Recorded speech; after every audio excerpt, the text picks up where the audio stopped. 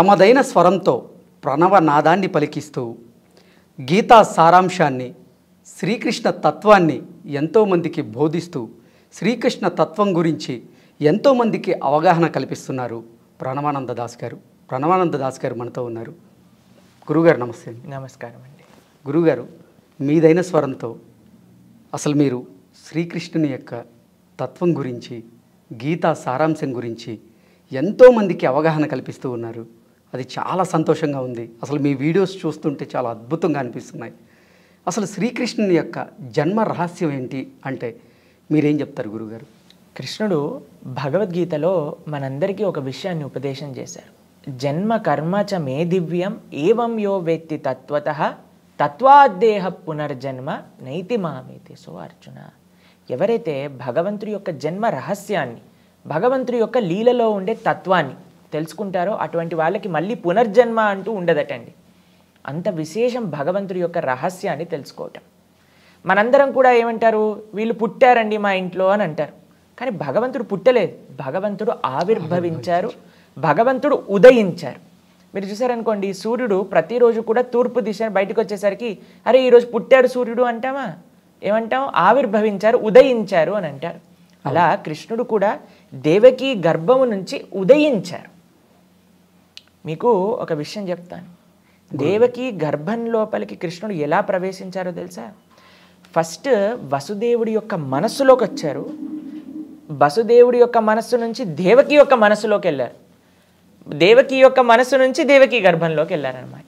కానీ ఈ భౌతికంలో ఉండే ఒక స్త్రీ పురుష సంబంధంతో భగవంతుడు ఆ యొక్క కలయిక ద్వారా జన్మించిన వారు కాదండి, పూర్తి ఆధ్యాత్మికం.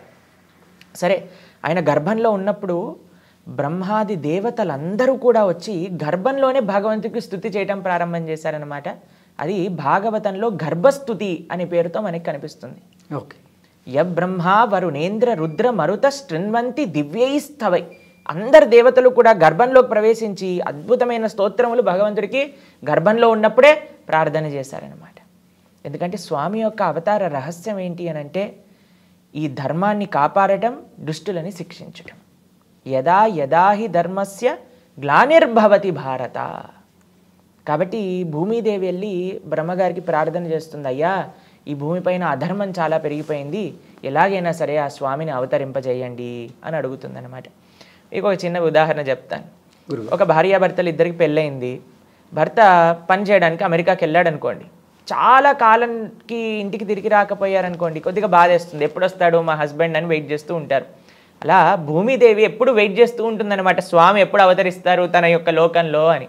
ఎందుకంటే భూమిదేవి భగవంతుడి యొక్క భార్య. అయితే ఆవిడ ఎప్పుడు కూడా అనుకుంటుంది ఎప్పుడు అవతరిస్తారు, ఎప్పుడు అవతరిస్తారు అని. అందుకే మరలా మరలా ఆవిడ వెళ్ళి ప్రార్థన చేయటం, భగవంతుడు ఆవిడ కోసం అవతరిస్తూ ఉండటం అనమాట ఈ ప్రపంచంలో. త్రేతాయుగంలో రాముడిగా, ద్వాపర యుగంలో కృష్ణుడిగా, అలా మరలా అవతారాలన్నీ స్వీకరిస్తూ ఆయన లీలలు చేస్తూ ఉంటారు.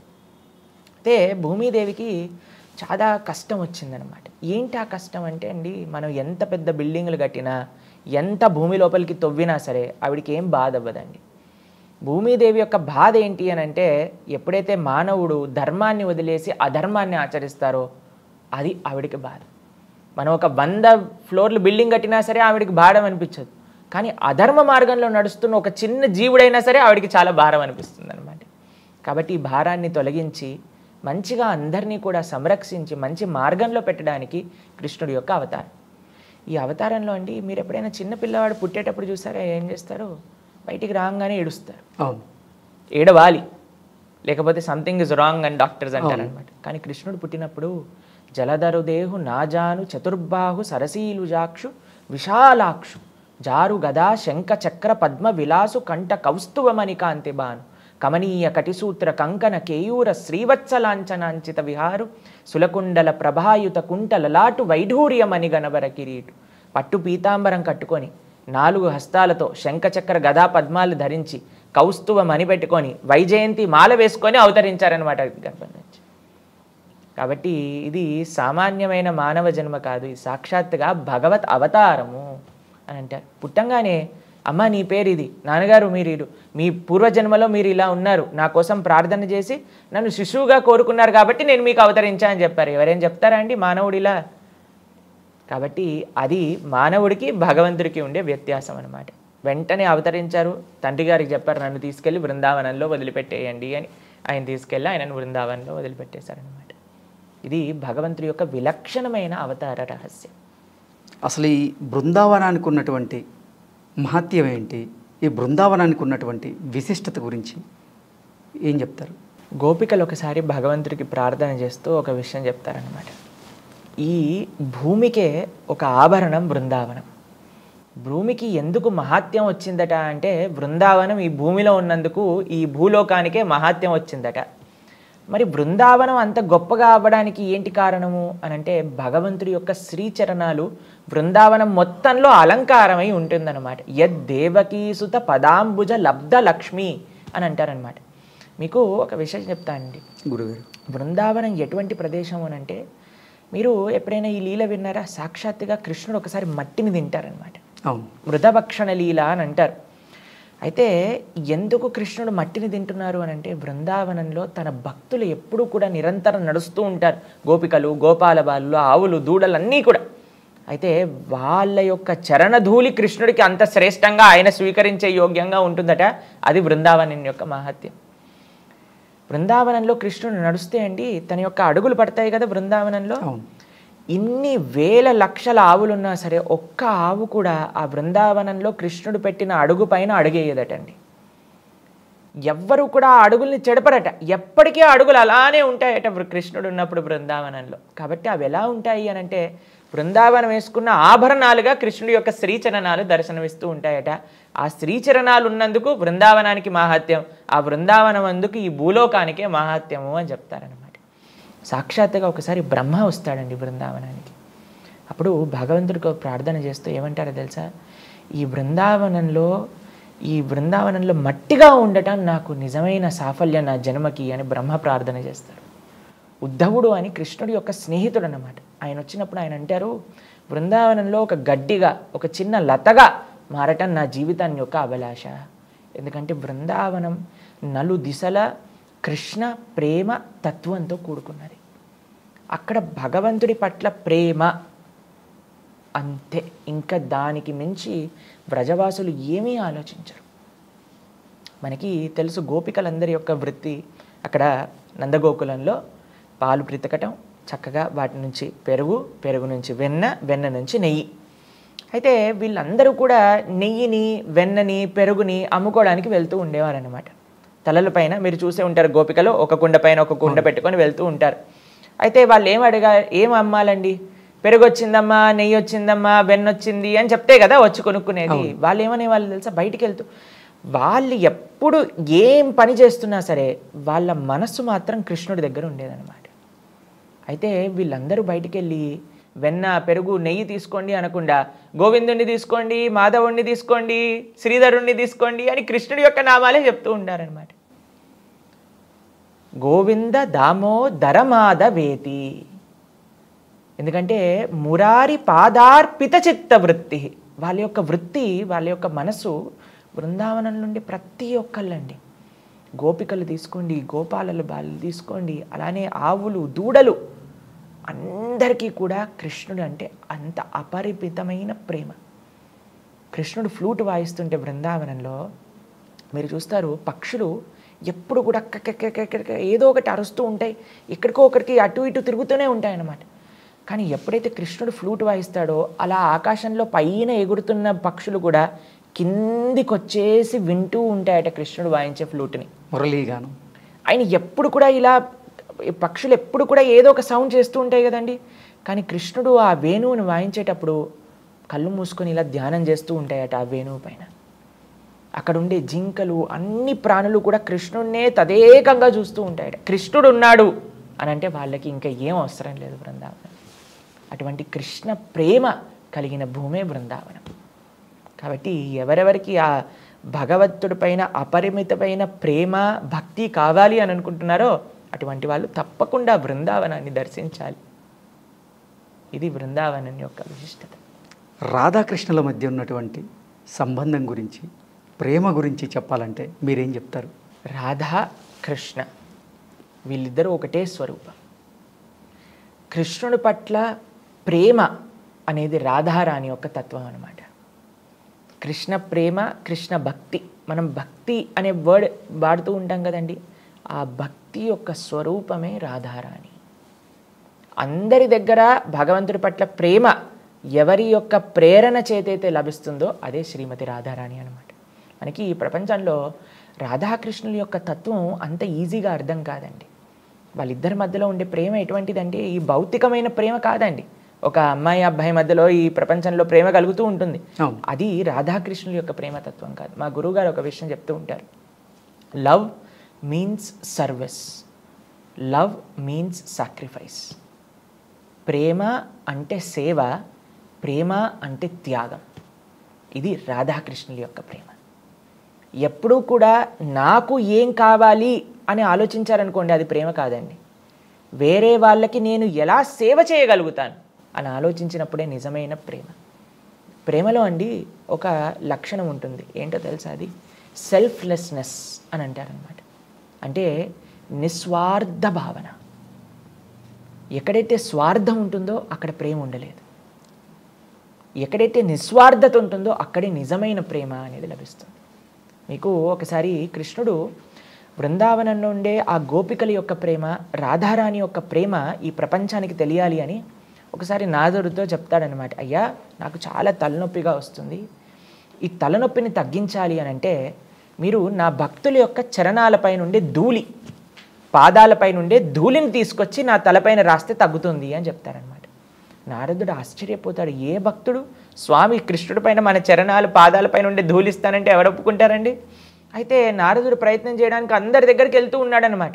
వీళ్ళని అడుగుతున్నారు, వాళ్ళని అడుగుతున్నారు, యోగుల్ని, ముషుల్ని, ఎంతమందినో అడుగుతున్నారు. వాళ్ళందరూ అంటారు, అయ్యా భగవంతుడి పట్ల అపతాదం అయిపోతుంది, మేము నరకానికి వెళ్ళాల్సి వస్తుంది ఇలా చేస్తే, కాబట్టి మేము ఎటువంటి పరిస్థితుల్లో మా చరణాల యొక్క ధూళిని ఇవ్వము అని చెప్పేశారనమాట. చిట్ట చివరికి ఆయన వెతుకుతూ వెతుకుతూ వెతుకుతూ బృందావనానికి వెళ్ళారు. బృందావనానికి వెళ్ళి ఆ గోపికలను అడిగారనమాట, అయ్యా కృష్ణుడికి తలనొప్పి వస్తుందట, మీ పాదాలపై నుండి ధూళినిస్తే ఆయన తలనొప్పి తగ్గుతుందట. గోపికలు ఏం చేశారో తెలుసా అండి? వెంటనే వాటర్లో తమ పాదాలని పెట్టేసి మట్టిలో బొర్లి మొత్తం మట్టిని సేకరించి నారదుడి చేతిలో పెట్టారు. నారదుడు అంటారు, మీరు ఏం చేస్తున్నారో తెలుసా? కొన్ని కోట్ల జన్మలు నరకానికి వెళ్ళాల్సి వస్తుంది మీరు ఇలా భగవంతుడి పైన అపరాధం చేస్తే అని అంటే, గోపికలు అంటారు, మేము శాశ్వతంగా నరకానికి వెళ్ళినా పర్వాలేదు, ఒక్క క్షణం కృష్ణుడి యొక్క తలనొప్పి పోతే మా వల్ల అని చెప్తారనమాట. కాబట్టి గోపికలకి, శ్రీమతి రాధారాణికి కృష్ణుడి పట్ల ఉన్న ప్రేమ ఎటువంటిది అని అంటే, మేము ఎలా భగవంతుడికి సేవ చేసుకోవాలి, ఆయనని ఎలా మేము సంరక్షించుకోవాలి, ఆయనకి ఎలా ఆనందాన్ని ఇవ్వాలి అనే తప్ప మాకు ఆయన దగ్గర నుంచి ఆనందం కావాలి అనే భావన కాదు. ఇది నిజమైన ప్రేమ, ఇది నిజమైన నిస్వార్థమైన ప్రేమ. మనము రాధాకృష్ణుల యొక్క ప్రేమతత్వం నుంచి మన జీవితంలో నేర్చుకోవాల్సింది ఏంటి అని అంటే, ప్రతిసారి మనం చూస్తూ ఉంటామండి, చాలామంది మాతో చెప్తూ ఉంటారు, ప్రభుజీ ఇలా ఎందుకు చేశారు వాళ్ళు, ఇలా ఎందుకు నన్ను ఈ మాటలు అన్నారు, ఇలా ఎందుకు మమ్మల్ని చూసుకోలేదు అని అంటే, మనకి ఎక్స్పెక్టేషన్, ఇలా చేయాలి, అలా చేయాలి, వేరే వాళ్ళు మనతో ఇలా ఉండాలి, అలా ఉండాలి. కానీ ప్రేమ ఎక్కడ ఉంటుందో తెలుసా అండి? ఎక్కడైతే ఎందుకు వాళ్ళు అలా బిహేవ్ చేయాల్సి వచ్చింది, అరే ఇన్ని రోజులు బాగానే ఉన్నారు కదా, ఎందుకు ఈరోజు నన్ను ఆ మాట అన్నారు, వాళ్ళ జీవితంలో ఏం జరుగుతుంది, వాళ్ళు ఏ ప్రాబ్లమ్స్లో ఉన్నారు అని మనం ఆలోచిస్తామండి. ఎంతవరకైనా సరే మమ్మల్ని ఎందుకు ఇలా అన్నారు అనే పట్టుదలతో మనం ఉంటాం. కానీ ప్రేమ అనేది నిస్వార్థమైన భావన. గోపికలకి, రాధారానికి కృష్ణుడి పట్ల ఉన్న ప్రేమ నిర్మలమైనది, ఎంతో ఆధ్యాత్మికమైనది, భౌతికమైన ప్రేమ కాదనమాట. అతయేవ ప్రేమ కామ బహూత అంతర. ఈ కామానికి అంటే ఇన్ఫాక్చుయేషన్ అని అంటాం కదండి ఈ ప్రపంచంలో, దానికి ఇంకా ప్రేమకి బహూత అంతర అంటే చాలా అంతరం ఉందట. కామ తమో అంధకార్. ఈ ఇన్ఫాక్చుయేషన్ అనేది డార్క్నెస్, రాత్రిపూట ఉండే ఆ చీకటి ఉంటుంది కదండి, దాంతో సమానంగా పోల్చారు. అదే నిర్మలమైన ప్రేమ ఎటువంటిది అని అంటే, సూర్య నిర్మల భాస్కర. నిర్మలమైన సూర్యుడు వచ్చినప్పుడు ఎంత వెలుగు, ఎంత కాంతి ఉంటుందో, ప్రేమ వచ్చినప్పుడు కూడా అంత వెలుగు, అంత కాంతి ఉంటుంది. కానీ ఈ ప్రపంచంలో మనం కొన్నిసార్లు ప్రేమ చూస్తామండి, మీరు టీవీలలో చూస్తూ ఉంటారు, ఒకళ్ళు ప్రేమించలేదు, ఒప్పుకోలేదు అని యాసిడ్ పోసేయటం లేదా చంపేయటం మనం ఢిల్లీలో చూసాం. అవును, ఇది ప్రేమ అంటారా అండి? కాబట్టి ప్రేమ అంటే ఎదుటివాడి దగ్గర నుంచి నాకేం వస్తుంది అని ఆలోచించటం కాదు, నేను ఎదుటివారికి ఎలా సేవ చేయగలుగుతాను అని ఆలోచించటమే ప్రేమ. దానికి మూలము రాధాకృష్ణులు. కాబట్టి నిజమైన ప్రేమ ఈ ప్రపంచంలో ఒక జీవుడికి భగవంతుడికి మాత్రమే సంబంధం అవుతుంది అని చెప్తారనమాట మన శాస్త్రంలో. శ్రీకృష్ణ భగవానునికి 16,000 మంది రాణులు ఉన్నారు అంటారు. దాని గురించి మీరేం చెప్తారు? శ్రీకృష్ణుడికి 16,108 మంది భార్యలు. అయితే దీని విషయం గురించి కొన్ని ప్రస్తావన చేస్తాను. 8 మంది భార్యలు కృష్ణుడికి ముందే ఉన్నారు, స్వామి వివాహం చేసుకున్నారనమాట. ఒక అసురుడు ఉన్నారు, నరకాసురుడు ఆయన పేరు అనమాట. ఆయన ఏం చేశారు అని అంటే 16,100 మంది రాకుమారులను తన యొక్క రాజ్యంలో బందీలుగా పెట్టుకున్నారనమాట. అయితే కృష్ణుడు ఎప్పుడైతే ఈ దుష్టుడైన నరకాసురుని సంహరించారో ఆయన భవనంలోకి ప్రవేశించగానే ఈ 16,100 మంది కూడా రాణులందరూ కూడా వచ్చి భగవంతుడికి ప్రార్థన చేస్తారు. అయ్యా, ఈ దుష్టుడు తీసుకొచ్చి తన భవనంలో మమ్మల్ని ఇన్ని రోజులు పెట్టుకున్నారు, ఇంకా మమ్మల్ని బయటికి వెళ్తే ఎవరు వివాహం చేసుకోరు. కానీ వాళ్ళు ఎప్పుడైతే కృష్ణుని చూశారనుకోండి, అందరికీ కూడా ఆ భక్తి భావన చేత మీరే మాకు పతి అవ్వాలి అని ప్రార్థన చేశారనమాట కృష్ణుడిని. అయితే భగవంతుడండి ఎంతమంది యొక్క కోరికలైనా తీర్చేయగలిగే శక్తి ఉన్నారు ఆయనకి. ఇప్పుడు చూడండి, వెంకటేశ్వర స్వామి దగ్గరికి ప్రతి నిత్యం ఎన్ని వేల మంది భక్తులు వెళ్తున్నారండి. అందరినీ కూడా ఆయన కృప చేస్తున్నారు, అందరినీ కటాక్షిస్తున్నారు కదా. అది స్వామి యొక్క సామర్థ్యం. ఎందుకంటే ఆయన సాక్షాత్తుగా భగవంతుడు కాబట్టి. సరే, అందరూ కూడా ప్రార్థన చేశారు, కృష్ణ మాకు నువ్వు కావాలి. అందరినీ వివాహం చేసేసుకున్నారు. అందరినీ వివాహం చేసేసుకున్నాక ఈ ప్రపంచంలో అండి చాలామంది చెప్తారు, ప్రభుజీ మాకు మీ ఆశ్రమానికి వచ్చేయాలని ఉంది ప్రభుజీ అని. అంటే వెంటనే మీకు పెళ్ళయిందా అండి అని అడుగుతాం. అయిందండి, అందుకే ఈ కోరికలన్నీ వస్తున్నాయి అని చెప్తానమాట నేను. ఎందుకనంటే అండి, ఒక గృహస్థాశ్రమాన్ని, ఒక కుటుంబాన్ని మనం జాగ్రత్తగా చూసుకోవాలి అని అంటే అది చాలా కష్టమైన విషయం అండి. బాధ్యత అనేది అంత ఈజీ కాదు. బాధ్యత తీసుకున్నప్పుడు దాన్ని సక్రమంగా నిర్వర్తించాలి కూడా. అయితే కృష్ణుడు 16,108 భార్యలను వివాహం చేసుకున్న 16,108 బంగారు భవనాలు ఇచ్చారు. మీకు ఇంకొక విశేషం చెప్పనా అండి, 16,108 స్వరూపాలతో కృష్ణుడు ప్రతి ఒక్క రాణి దగ్గర ఉండేవారనమాట. అంతేకాని ఒకరోజు ఒక రాణి దగ్గర, ఇంకో రోజు ఇంకో రాణి దగ్గర కాదు. 16,108 స్వరూపాలతో ఒకటే సమయంలో అందరి దగ్గర ఉండేవారనమాట. నారదుడు ఒకసారి ద్వారకకు వచ్చి అసలు కృష్ణుడు ఏం చేస్తున్నాడు అని చూసేసరికి ఒక భవనంలో రుక్మిణితో మాట్లాడుతున్నాడు, ఇంకో భవనంతో సత్యభామతో చెస్ ఆడుతున్నారు, ఇంకో భవనంలో సంధ్యావందనం చేస్తున్నారు, ఇంకో భవనంలో పేదవాళ్ళకి దానం ఇస్తున్నారు, ఇంకో భవనంలో ఉద్ధవుడితో మాట్లాడుతున్నారు, ఇంకో భవనంలో బ్రాహ్మణులకి చక్కగా సేవ చేస్తూ ఉన్నారు, ఇంకో భవనంలో చూసేసరికి బ్రహ్మాండంగా ఆరాధన చేసుకుంటూ ఉన్నారు, ఇంకో భవనంలో ధ్యానం చేస్తూ ఉన్నారు. 16,108 భవనాలలో ఒకటే ఒకసారి స్వామి ఉండగలుగుతారు. అలా ఈ ప్రపంచంలో ఎవరైనా ఉండగలుగుతారా అండి? నేను మీతో షూటింగ్ చేస్తూ పై స్టూడియోలో షూటింగ్ చేస్తూ కింద స్టూడియోలో షూటింగ్ చేస్తూ ఒకసారి చేయగలుగుతామా? సాధ్యంగా. అది జీవుడు, అది భగవంతుడు అన్నమాట. కాబట్టి భగవంతుని ప్రశ్నిస్తారు చాలామంది, ఎందుకు కృష్ణుడు ఇంతమంది వివాహాలు చేసుకున్నారు? ఎందుకంటే ఆయనకు ఆ సామర్థ్యం, ఆయనకు ఆ శక్తి, ఆయనకు ఆ తత్వం ఉంది కాబట్టి. కృష్ణుడిని అందరూ కూడా ఏమంటారో తెలుసా అండి, 16,108 వివాహాలు చేసుకున్నారు, ఎంత అన్యాయం ఇది అని అంటారు. కానీ మేమెందుకు చేసుకోకూడదు అని కూడా కొంతమంది అడుగుతారండి ఈ ప్రపంచంలో. వాళ్ళకి ఆన్సర్ ఏంటో తెలుసా? మీరు ఫస్ట్ గోవర్ధనాన్ని ఎత్తండి, ఫస్ట్ కాళీయుడిని దమన చేయండి, పూతనను సంహరించండి. ఒకసారి బృందావనంలో మొత్తం ఆ ఫారెస్ట్ మొత్తం కూడా అగ్ని పడుతుందన్నమాట.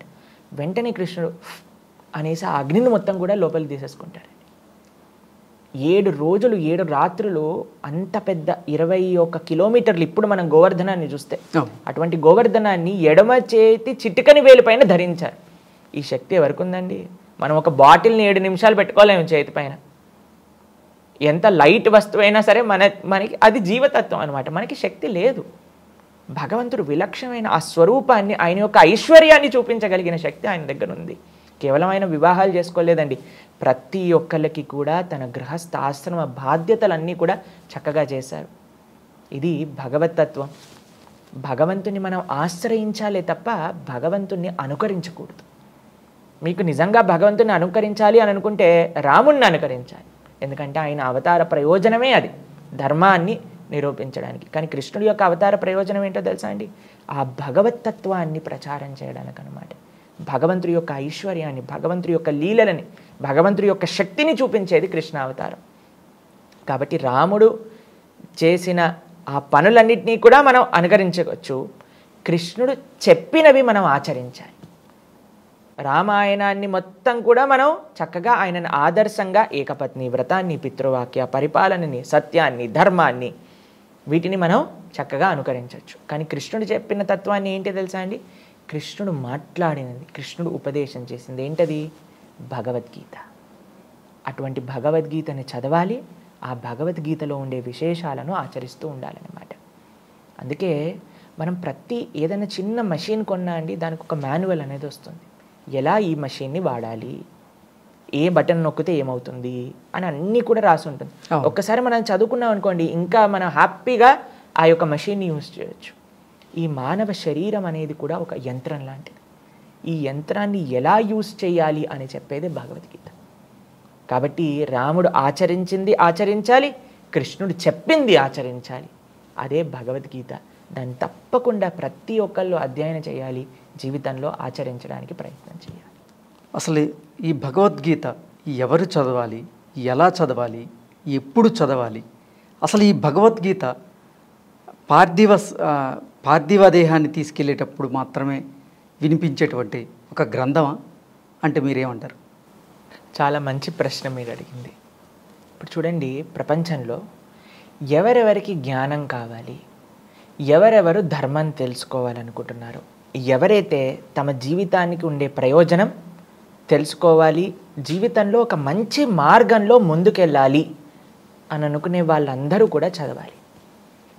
అంటే ఇందులో ఎవరైనా ఎగ్జామ్షన్ ఇవ్వచ్చా అండి? ఈ ప్రస్తావనలో ఎవ్వరూ కాదు. అటు చిన్న పిల్లల నుంచి పెద్దవాళ్ళ వరకు అందరికీ కూడా మంచిగా సుఖంగా ఉండాలి, మంచి మనస్సు, మంచి శరీరం, మంచి భగవద్భక్తి, ధర్మం ఇవన్నీ కావాలనుకుంటున్నాం కదా. కాబట్టి ప్రతి ఒక్కళ్ళు అధ్యయనం చేయాల్సిన గ్రంథం ఏదన్నా ఉంటే అది భగవద్గీత. ఇది చాలా ముఖ్యంగా అందరూ అడగాలి. ఎందుకంటే చాలామంది మమ్మల్ని అడుగుతుంటారు, ప్రభుజీ మేము చదవచ్చా భగవద్గీత, స్త్రీలు చదవచ్చా, పిల్లలు చదవచ్చా? ప్రతి ఒక్కళ్ళు కూడా చదవాల్సిన గ్రంథం నిజంగా ఏదన్నా ఉంటే అది భగవద్గీత అండి. అందుకే అన్ని సాంప్రదాయాలకు సంబంధించిన ఆచార్యులు కూడా భగవద్గీతను మనకి ప్రస్తావన చేశారు. అది సనాతన ధర్మానికి ఒక పుస్తకం, కంపల్సరీ పుస్తకం అనేది ఏదన్నా ఉంటే అది భగవద్గీత. కాబట్టి దీన్ని ప్రతి ఒక్కళ్ళు అధ్యయనం చేయాలి. మీరు చెప్పారు కదా, కేవలం ఒక మనిషి చనిపోయినప్పుడే భగవద్గీత మనం చూస్తూ ఉంటాం, ప్లే చేస్తూ ఉంటాం. కానీ అది నిజమైన ప్రయోజనం కాదండి. ఆయన పోయాక ఆయన ఏం చేస్తాడు? భగవద్గీత విని చివరి భగవద్గీత. అక్కడ ఎందుకు ఇలా చేస్తారంటే మీకు ఒక విషయం చెప్తాను. ఆ సమయంలో జనాలందరికీ కూడా ఇసుమంతైన ఆలోచన వస్తుందేమో, అయ్యా వీడి జీవితం మొత్తం కూడా ఒక విషయం కోసం తన జీవితాన్ని వెచ్చించేశాడే, కానీ చిట్ట చివరికి ఏం తీసుకెళ్లకుండా వెళ్తున్నారు కదా అన్నప్పుడు కొద్దిగా అయినా తత్వంగా ఆలోచిస్తారేమో, అక్కడ భగవద్గీత చెప్తే ఏమైనా మనసుకి అంటుతుందేమో అని ప్రయత్నం చేయడానికి అక్కడ పెద్దలు భగవద్గీత చెప్పాలి అని ప్రస్తావన చేశారనమాట. మీరు చూసారనుకోండి, గరుడ పురాణం అలానే భగవద్గీత ఈ రెండింటినీ కూడా చెప్తూ ఉంటారు.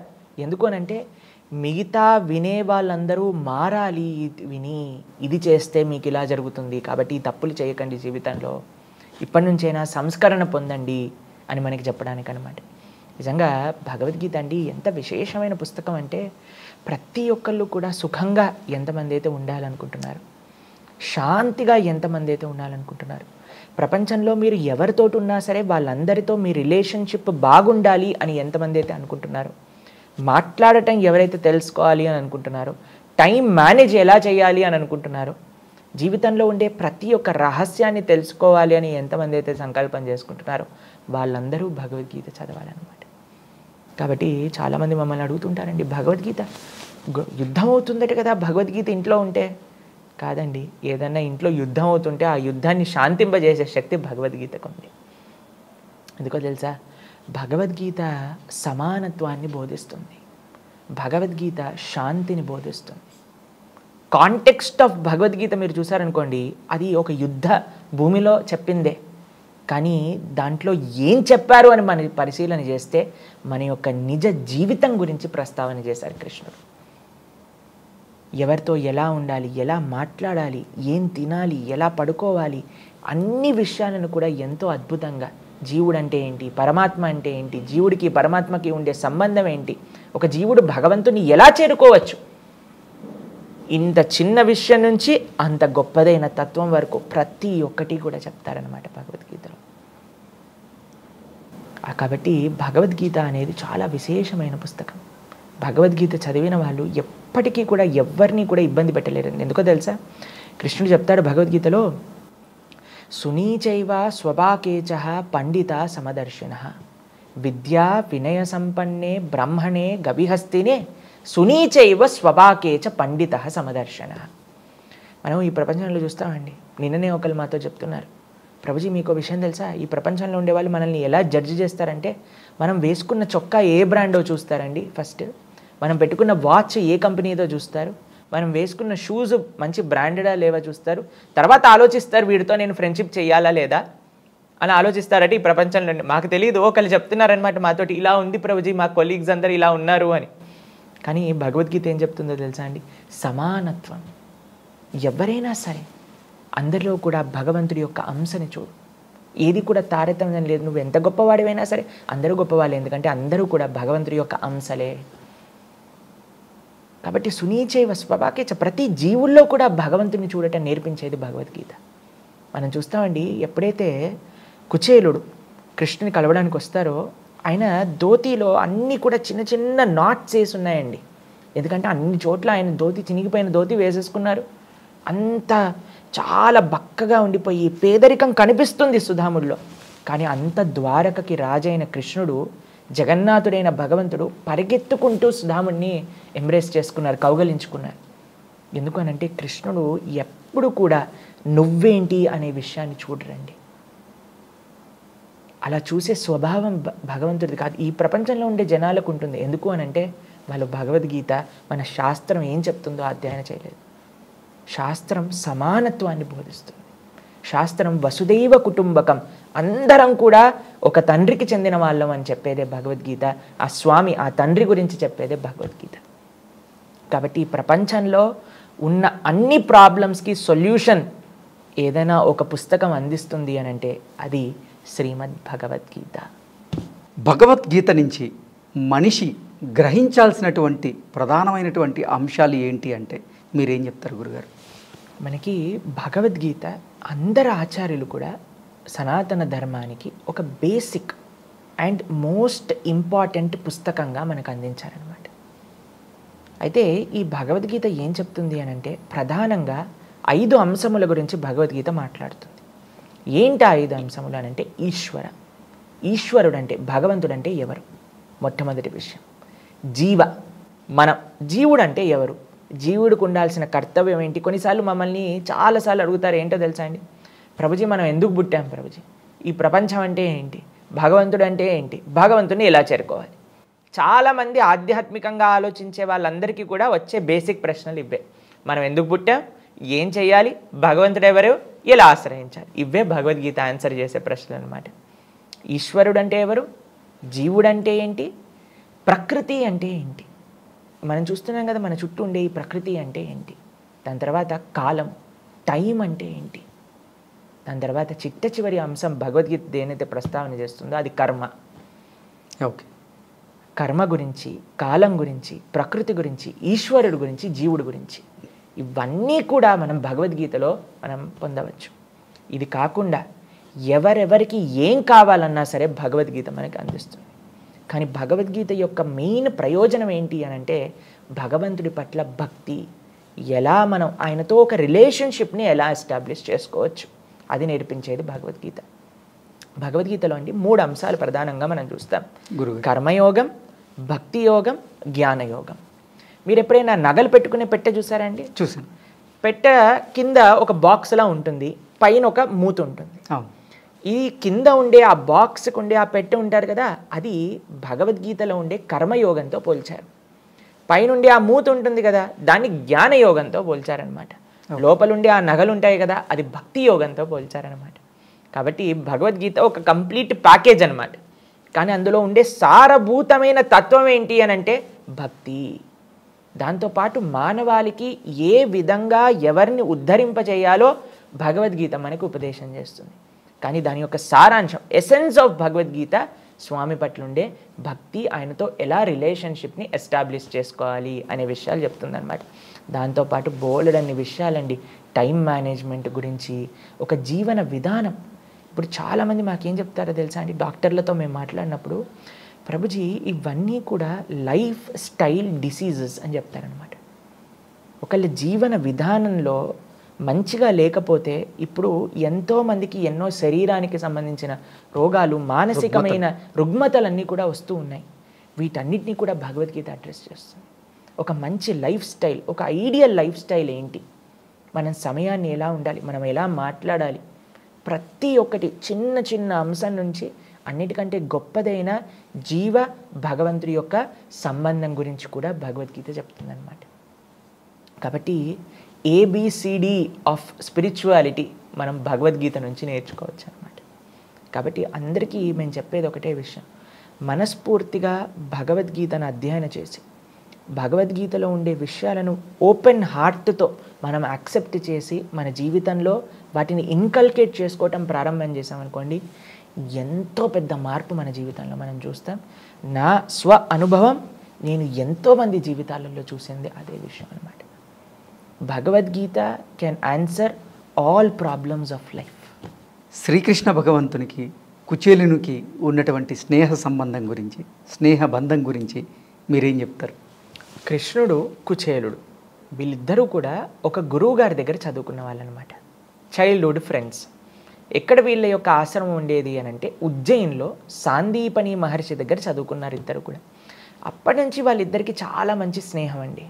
అయితే కృష్ణుడు ద్వారకకి అధిపతి అయ్యారు, ఇక్కడ కుచేలుడు తన యొక్క రాజ్యానికి వెళ్ళిపోయారు. ఆయన చాలా పేద బ్రాహ్మణుడు అనమాట. ఎంత బక్కగా అయిపోయారు ఆయన పేదరికం వల్ల అనంటే, ఆయనను చూసి వాళ్ళ భార్య అనుకుంది, అయ్యా నీకు కృష్ణుడు అనే స్నేహితుడు ఉన్నాడు, ఆయన అంత గొప్ప పరివారంలో ఉన్నారు, నువ్వు వెళ్ళినప్పుడు ఆయన తప్పకుండా నీకు సహాయం చేస్తారు, దాంట్లో నువ్వు ఇంకొక క్వశ్చన్ నీకు రావాల్సిన అవసరం లేదు, కాబట్టి నీ కోసమైనా వెళ్ళి అడుగు నువ్వు కృష్ణుడిని అని కుచేలుడి యొక్క భార్య కుచేలుడికి చెప్పిందనమాట. అయితే సుధాముడు కుచేలుడు అని అంటాను తెలుగులో, ఆయన ఏం ఆలోచిస్తున్నారంటే, నేను భగవంతుడి దగ్గరికి వెళ్ళి అడగటమా? భక్తుడు ఎప్పుడు కూడా భగవంతుడిని అడగాలి అని అనుకోరండి. భక్తి అంటే భగవంతుని అడగటం కాదు, కేవలం భగవంతుడి యొక్క సేవ నేను ఎలా చేసుకోవాలి అని ఆలోచించడమే భక్తి. ఇక్కడ చూడండి, మనం సుధాముడు కృష్ణుడి యొక్క స్నేహబంధంలో ఒక భక్తుడి యొక్క తత్వం, భగవంతుడి యొక్క తత్వం పూర్తిగా తెలుసుకోవచ్చు. చాలా విశేషమైన లీల అన్నమాట ఇది. సుధాముడు వెళ్ళాడు, ద్వారకా నగరానికి ఉండే ఆ రాజభటులు ఎవరైతే డోర్ కీపర్స్ ఉన్నారో వాళ్ళ దగ్గరికి వెళ్ళి, అయ్యా నేను లోపలికి వెళ్ళాలనుకుంటున్నా అని అంటారనమాట. అప్పుడు వాళ్ళు అడుగుతారు, మీకు ఏం కావాలో చెప్పండి అని అంటే, అక్కడ సుధాముడు కానీ నాకు ధనం కావాలి అని అడుగుంటే ఆ డోర్ కీపర్సే ఇచ్చేవాళ్ళండి. అంత ఐశ్వర్యం ద్వారకలో ఉండే ఆ భటులకే ఉండేదట. కానీ కుచేలుడు ఏమన్నాడో తెలుసా, నాకు డబ్బులు కాదు, ఆయన ఎప్పుడు కూడా అడగలేదండి, నాకు కృష్ణ దర్శనం కావాలి, నా స్నేహితుడిని నేను కలవాలి అని అన్నారు. వీళ్ళు వెళ్ళి కృష్ణుడికి చెప్పారు, అయ్యా నీ స్నేహితుడట ఎవరో కుచేలుడు వచ్చాడు అనగానే రుక్మిణీదేవి యొక్క భవనంలో ఉండే కృష్ణుడు పరిగెత్తుకుంటూ వచ్చేసి ఆ సుధాముడిని కౌగలించేసుకుంటారండి. ఎంత ఆనంద బాష్పాలు ఇద్దరికీ కూడా, అటు కృష్ణుడికి ఇటు కుచేలుడికి. కానీ చూడలేదంటే, నువ్వేం బట్టలు వేసుకున్నావు, నువ్వు ఎలా ఉన్నావు, నువ్వు పేదరికంలో ఉన్నావా, నువ్వు అడివి. కృష్ణుడు ఎప్పుడూ చూడటం, కృష్ణుడికి ఎప్పుడూ కూడా ఇవి తారతమ్యం అనేది కృష్ణుడిలో మనస్తత్వం కాదండి. ఎవరినైనా సరే ఆయన రక్షించగలుగుతారు, ఎవరినైనా సరే ఆయన కృప చూపించగలుగుతారు. వెంటనే కౌగిలించేసుకొని తీసుకొచ్చేసి తన యొక్క భవనంలో తాను కూర్చునే సింహాసనం పైన కూర్చోబెట్టేసి స్వయంగా తన పాదాలను ప్రక్షాళన చేశారనమాట కృష్ణుడు. పక్కన రుక్మిణీదేవి, సాక్షాత్తుగా లక్ష్మి, రాఘవత్వేద్ భవేత్ సీత రుక్మిణి కృష్ణ జన్మని అని అంటారనమాట. లక్ష్మీదేవి చామరం చేస్తూ ఉందన్నమాట సుధాముడికి పక్కన. అయితే వాళ్ళిద్దరూ కూడా పక్కన ఒకళ్ళు కూర్చొని మాట్లాడుకుంటూ ఉన్నారు. చిన్నప్పుడు మనం ఇలా చేసాము, గురువుగారి ఆశ్రమంలో ఇవి చదువుకున్నా, ఒకసారి మనం అరణ్యానికి వెళ్ళినప్పుడు ఒక పెద్ద తుఫాన్ వచ్చింది, అప్పుడు కూడా మనం ఇద్దరి చేతులు వదిలేకుండా ఇద్దరం అలానే పట్టుకొని గురువుగారి సేవ చేసామని అన్నీ కూడా మాట్లాడుకుంటూ ఉన్నారనమాట. అప్పుడు కృష్ణుడు అంటాడు, ధామ కుచేల, నాకు తెలుసు నువ్వు నా దగ్గరికి వచ్చేటప్పుడు ఒంటరి చేతులతో రావని, ఏం తెచ్చావు చూపి అని అంటే ఈయనకు సిగ్గనమాట. ఈయన అంత పేదరికంలో ఉండి అండి కృష్ణుడి దగ్గరికి వెళ్తున్నప్పుడు నేను ఏదన్నా తీసుకెళ్ళాలి అని మొత్తం ఇల్లు ఎత్తుకుతే ఆయనకు దొరికింది అటుకులు, ఎండిపోయిన అటుకులు. వాటిని తీసుకొని 4 గుప్పెడ్లు చేతిలో పెట్టుకొని ఒక చిన్న మూటలో కట్టుకొని ఆయన ధోతిలో పెట్టుకొని వెళ్ళాడనమాట ద్వారకకి. అయితే కృష్ణుడు అడుగుతున్నాడు, ఏంటి ఎక్కడ ఉంది, ఏదో తెచ్చావు చూపించు చూపించు అనేసరికి ఆయన దాచిపెట్టుకుంది కూడా కృష్ణుడు తీసేసుకొని ఒక్కొక్క అడుగు పిడికిలు తింటూ ఉంటే కృష్ణుడు అంటాడండి, ఈ ప్రపంచంలో ఇప్పటి వరకు ఇంత మంచి నైవేద్యాన్ని నేను ఇప్పటి వరకు స్వీకరించలేదు అని చెప్తాడండి. ఇది కృష్ణుడికి ఉండే ప్రేమ. ఈ ప్రపంచంలో మనం ఎంత కష్టపడ్డా సరే, ఇప్పుడు చూడండి ఒక తల్లి 10 ఐటమ్స్ చేసింది అనుకోండి పిల్లల కోసం అని, తన భర్త కోసం అని, ఒక దాంట్లో ఉప్పు తక్కువ ఉండేసరికి ఏమంటారు, ఇందులో ఉప్పు తక్కువ ఉంది అని అంటారు. కానీ ఇన్ని చేశారు అని మనం ఫస్ట్ కీర్తిస్తామా, ఫస్ట్ అప్రిషియేట్ చేస్తామా? లేదు. కానీ కృష్ణుడు ఏంటి తెలుసా అండి, ఆయన అప్రిషియేట్ చేయటం, ప్రేమనివ్వటం. పత్రం పుష్పం ఫలం తోయం యోమే భక్తా ప్రయశ్చతి. భక్తితో భగవంతుడికి ఏమి సమర్పణ చేసినా సరే అంత ప్రేమగా, అంత చూసారా మీరు కృష్ణుడి యొక్క ఫోటో మీరు సుధాముడితో చూసారనుకోండి, అలా ఆనంద పుష్పాలు కారుతూ ఉంటాయన్నమాట కృష్ణుడికి. ఏం తెచ్చాడండి, ఎండిపోయిన అటుకులు. ఆయనకి లేవా అండి ద్వారకలో? ఎంత ఐశ్వర్యం ఉంది, అయినా సరే ఆయనకు కావాల్సింది ఏంటో తెలుసా, మన యొక్క ప్రేమ, భక్తి. ఈ భావన స్వామికి ప్రధానం. అయితే అలా అలా ఒక్కొక్క గొప్పడి తినేస్తూ ఉన్నారు. రుక్మిణీదేవి వచ్చి చేయబట్టేసుకుంటుంది అనమాట. కృష్ణ ఏం చేస్తున్నావు నువ్వు, ఎండిపోయిన అటుకులు తింటే నీ కడుపు నొప్పి వచ్చేస్తుంది అని రుక్మిణీదేవి ఆపేస్తుంది అనమాట కృష్ణుని తినకుండా. కానీ ఇప్పుడు చూడండి, సుధాముడు ఒక్క కోరిక కూడా, ఆ రోజు రాత్రంతా ద్వారకలో ఉంటారు, ప్రొద్దున పూట వెళ్ళిపోతారు. కానీ కృష్ణుడిని ఒక్క విషయం కూడా అడగరు ఆయన. నాకు డబ్బులు ఇవ్వని కానీ, సహాయం చేయని కానీ, నేను ఈ కష్టాల్లో ఉన్నా కానీ అని చెప్పలేదు ఆయన. ఒక భగవంతుడి దగ్గరికి వెళ్ళి భక్తుడు చెప్పాల్సిన అవసరం లేదండి, భగవంతుడిని అడగాల్సిన అవసరం లేదు. ఇప్పుడు ఒక చిన్న పిల్లవాడు ఉన్నాడండి, ఒళ్ళో పడుకున్న పిల్లవాడు ఉన్నాడు. చలికాలం వస్తుందనుకోండి, అమ్మకి చెప్తాడు, అమ్మ నాకు స్వెటర్ ఇయ్యి అంటాడా? వాడు ఏమన్నాడు, ఇలా చూస్తూ ఉంటాడు. అమ్మకి తెలియదా అండి ఏం చేయాలో, నాన్నకి తెలియదా అండి ఏం చేయాలో? కాబట్టి రాధాకృష్ణులు మన తల్లిదండ్రులు, సీతారాములు, లక్ష్మీనారాయణులు, వాళ్ళందరూ కూడా మన తల్లిదండ్రులు.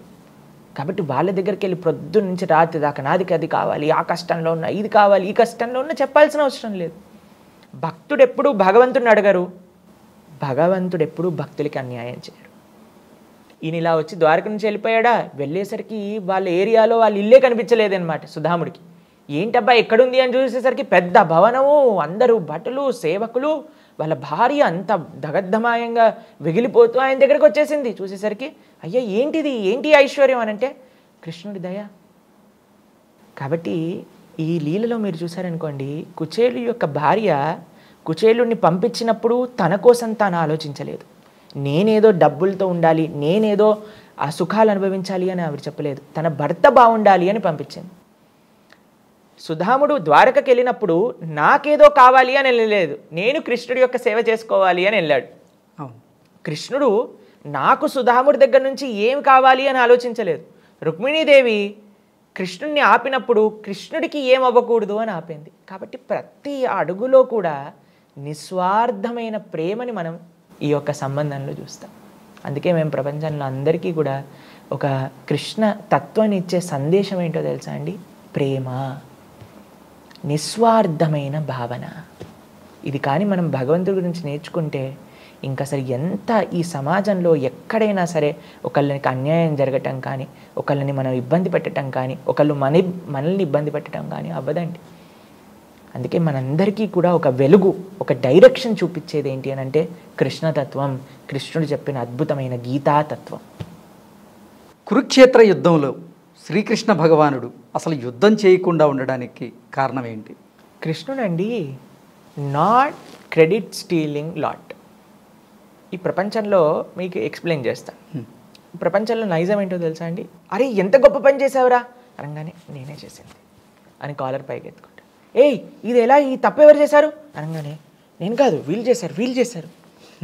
ఏదైనా గొప్పది ఉందనుకోండి, నేనే చేశాను, మనం చేసినా చేయకపోయినా నేనే చేశాను అని చెప్పుకుంటాం. క్రెడిట్ మనకు కావాలన్నమాట. ఎంతమంది మనకి దోహదపడ్డారు అనే విషయాన్ని, క్రెడిట్ వచ్చే విషయంలో మర్చిపోతాం. నేనే చేశానండి, నా ఇన్స్పిరేషనే అండి, నాదే అండి అని చెప్తారు. కానీ ఎప్పుడైనా ఏదన్నా తప్పు జరిగిందనుకోండి, నేను కాదు, నేను మంచివాడిని, వాడు తప్పు చేశాడు, మీరు వాళ్ళని అడగండి. కానీ కృష్ణుడు కంప్లీట్ ఆపోజిట్ అండి.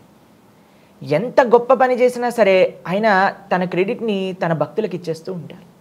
ఇంత గోవర్ధనాన్ని 7 రోజులు 7 రాత్రులు కృష్ణుడు ఎత్తాడు కదండి.